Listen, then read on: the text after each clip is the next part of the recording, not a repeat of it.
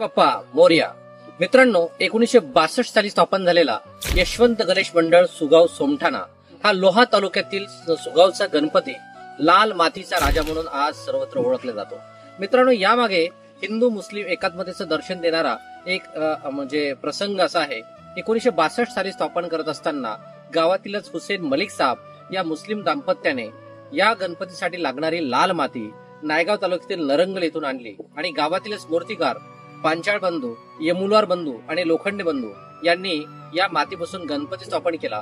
तेव्हापासून लाल मातीचा गणपती म्हणून ओळखला जातो आणि हा इको फ्रेंडली गणपती आपल्या या सुगाव सोमठाण परिसराबरोबरच नांदेड जिल्हा आणि नांदेड जिल्ह्याबाहेरही आज सर्वांना नवसाला पावणारा गणपती म्हणून परिचित आहे. मित्रांनो, हे हिंदू मुस्लिम एकात्मतेबरोबरच सर्व धर्म समभाव मानणारा हा गणपती सर्व जण एकत्र येऊन हा सण उत्सव साजरा करतात आणि या माध्यमातून ही जी ओळख आहे आज जिल्ह्याबाहेर पोहोचलेली आहे.